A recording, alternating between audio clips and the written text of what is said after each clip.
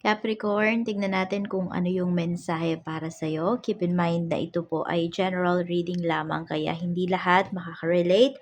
Pakilawakan po ang isipan at kung hindi pa po kayo nakasubscribe dito sa ating channel, please subscribe and hit the bell button para lagi po kayong updated every time na meron tayong uploads. Kung nais nyo naman pong mag-avail ng ating private readings, ng ating rituals, ng ating Tiaras bracelet, Tiaras EA necklace, Tiaras money magnet. Meron din tayong citrine at yung ating Tiaras Afero manifesto.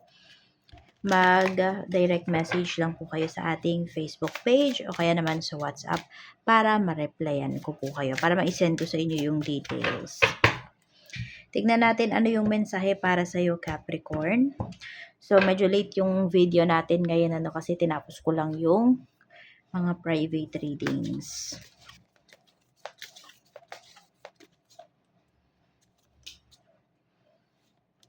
So, nag-recharge muna ako. Kasi ayoko namang ipasa sa inyo yung negativities na nakukuha ko dun sa mga tao na nagpaparead sa akin. Iba kasi doon, mabibigat yung kanilang energy. Kaya, ayun, kailangan munang mag-recharge, mag-cleansing. Yan. So, we have desire, we have self-love, and we have double life. So, tingnan natin kung saan-saan tong aspect ng life po ninyo. So, we have desire. Yan, yung iba ba sa inyo ngayon, pwedeng, kung babae kayo, could be nag-ovulate kayo. Kaya, ayan, mataas yung libido ng iba sa inyo. Yung iba naman po, pwedeng nung tumungtong kayo ng certain age, naramdaman nyo talaga na, ayan, yung iba sa inyo, parang, mas naging fresh kayo, mas naalagaan nyo yung inyong sarili, and yung iba po, ayan, mas naging active yung inyong sex life. Hindi naman lahat sa inyo, Capricorn. Pero ayan yung pinapakita sa atin ng mensahe. Kaya kung hindi kayo naka-resonate dito, try nyo pong panoorin yung inyong other signs, Moon, Rising, and Venus. Again, wag lang lagi kayo nagfo-focus sa inyong sun sign. We have the Empress. Ayan o, di ba sabi ko kanina, pwedeng may nag-ovulate dito. Kung babae nga po. Kasi ayan o, may pinapakita dito na pregnancy. Baka yan talaga yung hinihiling ninyo. Yan yung mga matagal nyo nang minamanifest, magkaroon ng anak. Yung iba naman po sa inyo, ang minamanifest ninyo dito, magkaroon ng apo. Diba? Kung may asawa na po yung anak ninyo. So, yun yung minamanifest ninyo na biyayaan na sila ng anak. We have Knight of Cups. Uy, meron pa dito oh. Ang lakas pa rin po ng ninyo, ng dating ninyo. So, madami dito, Capricorn, malakas yung inyong sex appeal. Yan, pwede pong maraming nagkaka-interest pa rin po sa inyo. Whether kayo ay single, in a relationship, o kaya married yung iba sa inyo, or sabihin natin yung iba nga sa inyo, pwedeng, papunta na ng senior citizen, di ba? Tapos yung iba naman sa inyo, 60 plus na. Pero ayan po, alam mo yung hindi kita sa mukha mo na stress ka. Marami po sa inyo ganyan. Madami na papagkamalan kayo na mas bata pa kayo sa age ninyo. Meron din dito, pwedeng napapagkamalan kayo na girlfriend or boyfriend ng inyong anak, yung tipong ganon. So, meron ba nakakaranas ng ganyan? So, basta kasi iba sa inyo, either naalagaan nyo talaga yung inyong sarili, pwede rin naman nasa genes nyo yan. Yan may mga nagkaka-interest po sa'yo dito. Parang may mga napapatingin, ganyan. Self-love. We have King of Swords. So, meron pala dito, pwedeng nabiyudo or nabiyuda po kayo. Kaya din talaga nandun yung mas naalagaan nyo yung inyong sarili. No? We have Justice. Meron dito na wala yung sakit ng ulo ninyo. Kung ito man ay relationship, o kahit anumang relationship, could be romantic relationship, mga mga family members ninyo na kinokontrol kayo. Kasi ito po sabi self-love, loving you, taking back control, finally being happy. So, mas masaya po kayo ngayon kasi nawala yung mga stress ninyo. Meron naman dito pinapakita na kung meron kayong mga inaayos na mga papeles, meron kayong mga legal matters na inaayos, so pwede po na pumabor yan sa inyo. Kaya ayan, magiging happy po talaga kayo doon sa resulta. Meron din dito, could be yung about sa citizenship, ganyan po, citizenship, permanent residency, exam, meron ding pinapakita. So, masasabi mo talaga na alam mo yun, lahat ng efforts mo rito, lahat ng sacrifices mo, sleepless nights mo, sulit na sulit talaga siya. Double life, we have the High Priestess. Nafe-feel mo dito na may nanloloko sa'yo. We have the Devil. Okay, meron ba dito na hindi kayo yung nagkaroon ng third party? Pwede rin naman po yung iba sa inyo, yung ka-deal ninyo, no? Yan, kung may nakakausap kayo dito or in a relationship na nga po yung iba sa inyo, pinapakita kasi dito na kung nagkaroon ng third party, sinasabi sa'yo ng person mo na tumigil na siya, huminto na sila ng third party niya, hindi pa rin po. Meron naman dito, pwedeng yung family niya, sinabi niya na hindi niya na sinusustentuhan, pero hindi pa rin eh. And nafe-feel mo talaga na mayroong tinatago sa'yo yung person mo. Di ko alam kung meron kayong ka-deal dito nasa ibang bansa.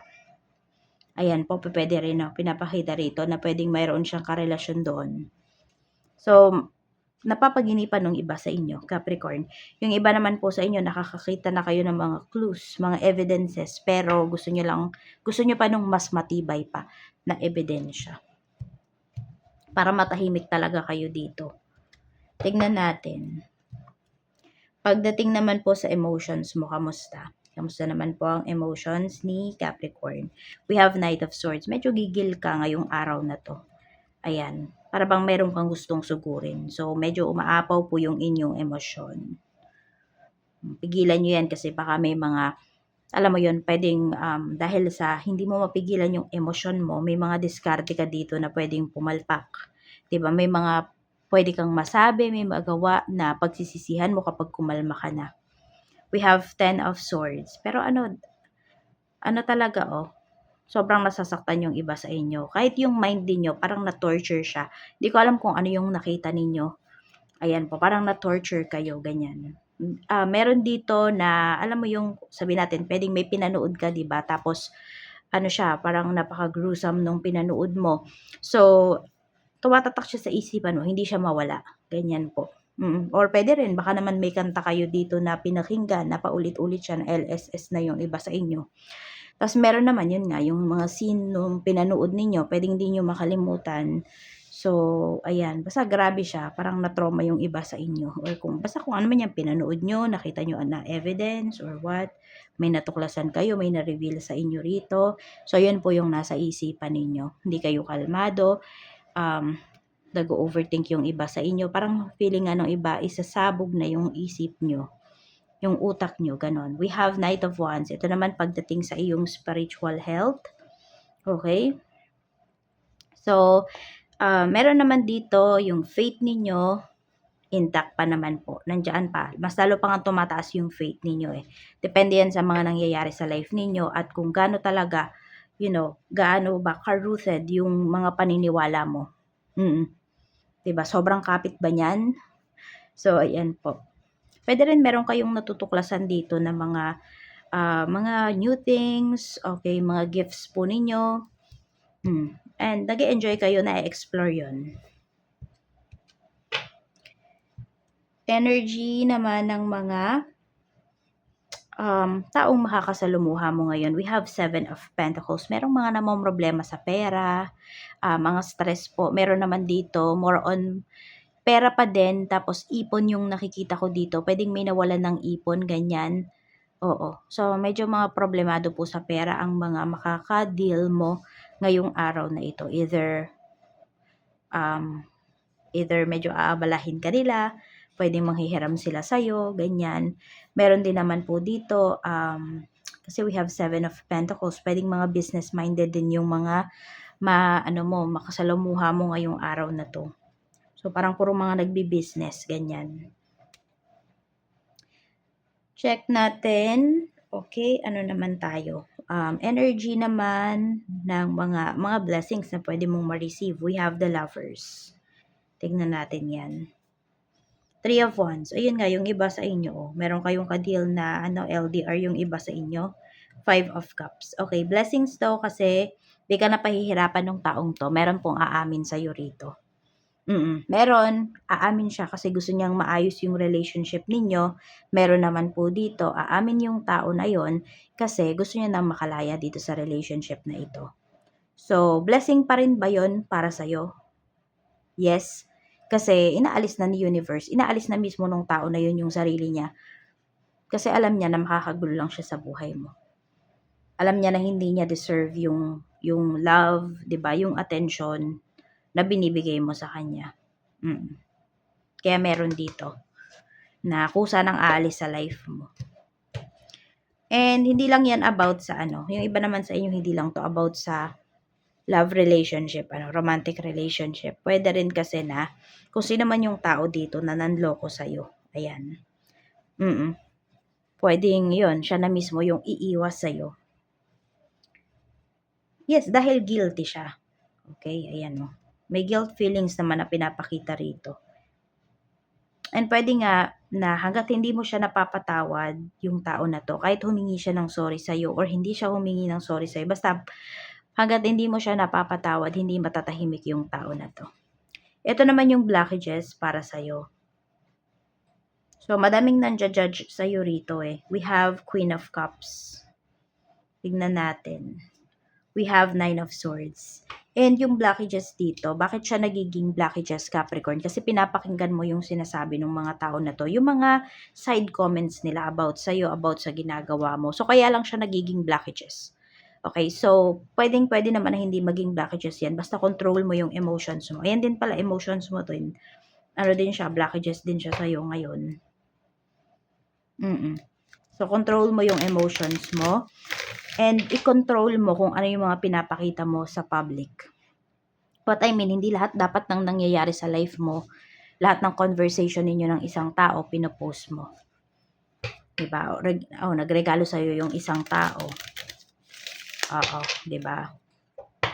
Hindi, I mean, pwede mo naman yung i-post, diba? Kaya lang nga kasi, yun, may masasabi at masasabi yung ibang tao. So, kung ikaw, yung tipo ng tao na alam mo sa sarili mo na hindi ka nakakatanggap, ay hindi ka sanay tumanggap ng mga ganyang mga sinasabi ng mga tao about sa'yo, huwag ka na lang mag-post, diba? Protect mo yung peace of mind mo. Protect mo din yung self-esteem mo. Kasi kapag may mga nasabi against sa'yo, pwedeng bumaba yung self-esteem mo. So, diba, ikaw lang yung makakaprotekta sa sarili mo.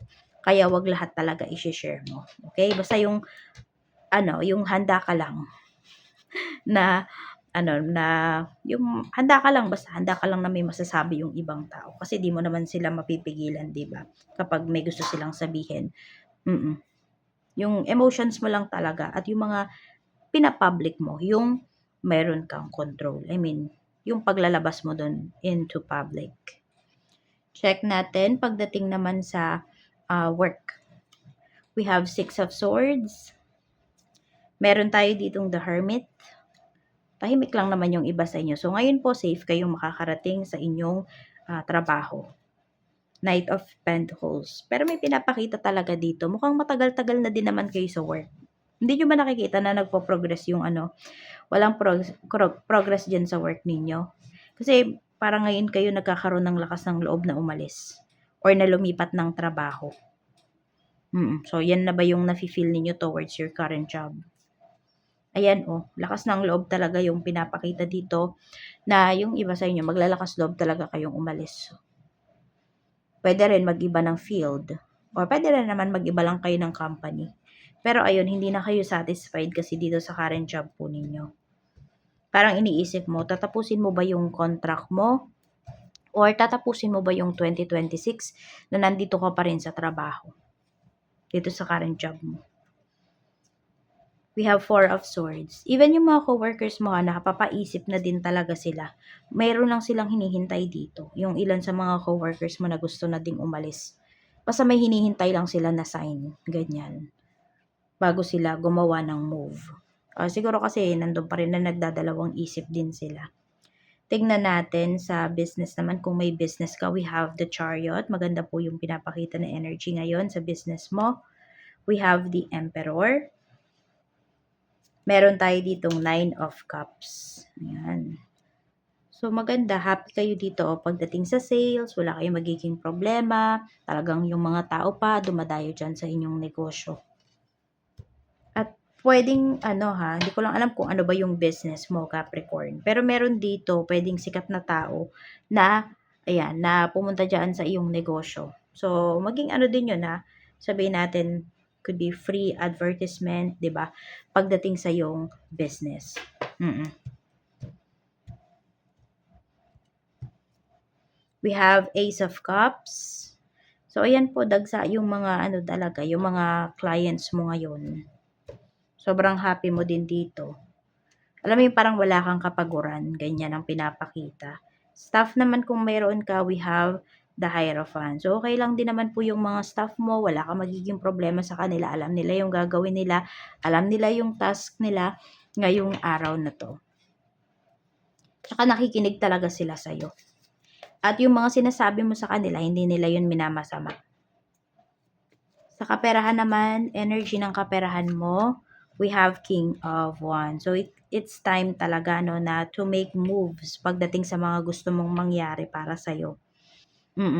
So, hindi na lang to puro dasal, Capricorn, hindi na lang to puro manifestation. Yan, kailangan na talaga kumilos pagdating sa pera mo. Kung meron po kayong gustong bilhin ngayong araw na to, ayan, pinapakita naman dito, mabibili nyo po talaga. Meron naman dito medyo ilang araw or ilang weeks nyo na yan tinitignan. Ngayong araw kayo magkakaroon ng lakas ng loob na bumili, okay? Basta ang nakikita ko naman kasi sa'yo dito is mabibili mo to. No, pwedeng cash, some of you naman could be hulugan, ganyan po. Depende kung saan kayo mas komportable. So, sinasabi dito, may option talaga kayo dun sa method na gagawin ninyo pagdating sa pagbabayad. Hindi kayo mahihirapan. Sa love life mo naman, tignan natin. We have Page of Wands. So, marami nga po talaga sa inyo dito. Nagfo-focus kayo sa inyong sarili. Kasi napapatingin na kayo sa salamin. Nakikita nyo na yung inyong sarili na teka parang napapabayaan ko na yung sarili ko. Yan, no? So, yun. Marami po talaga sa inyo ngayon is ayaw nyo na ng stress. Meron dito, pwedeng alam niyo na may third party yung person nyo pero hinahayaan nyo na. Hindi na kayo na masyadong nagpapaka-stress sa mga ginagawa niya. Kung may bisyo yung person mo, dati araw-araw binubungangaan mo siya, araw-araw sinasabihan mo siya na ganito, ganyan. So, alam mo yun, naramdaman mo at nakita mo na ikaw lang pala yung nagpapaka-stress. Kaya yung iba sa inyo, tinigilan nyo na talaga yan. We have 7 of Swords. Tahimik ka na lang dito ngayon. Pinagmamasdan mo na lang siya kung ano man yung ginagawa niya. Kung siya nagbubulag-bulagan, o gano'n na din yung ginagawa mo, so nagmi-mirroring na lang yung iba sa inyo. Ayun. Kung ano yung ginagawa ng person mo, yung ginagawa mo. Kung ano pinapakita niya sa'yo, yun din yung pinapakita mo sa kanya. So, parang napagod ka na nga talaga rito. Exhausted na masyado yung energy, na burnout na fed up na yung iba sa inyo. We have Queen of Swords. So, meron dito, pwedeng nag-i-stay ka na lang sa person mo kasi sabihin natin, hindi ko alam kung pagiging matalino ba yan, pero yun yung tingin mo na makakabuti sa'yo ngayon eh. Kasi yung iba po sa inyo, pwedeng wala kayong work. Oo, or pwede rin, baka may mga anak po kayo. So, hinihintay nyo lang na makatapos sila, ganyan. Pero nakikita ko naman kasi sa'yo dito, nagplano ka.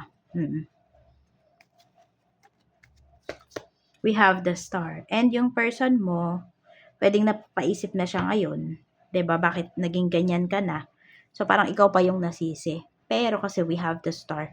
Looks like gusto niyang bumawi sa'yo. Oo. Kasi nga napapansin na niya, 'di ba, yung pagbabago mo. So, we have the Star energy here kasi mukhang hindi ka naman papakawalan nitong person mo. At ayan, mukhang babawi pa siya sa'yo. Kaya lang kasi yung pagbawi na to, yung pagbawi niya sa'yo, 'di ba? Pwede kasi na na panandalian lang siya. Para lang makontrol ka. Ganyan. So, it's up to you kung magpapabola ba kayo doon sa gagawin na effort ng person mo or wala na talaga.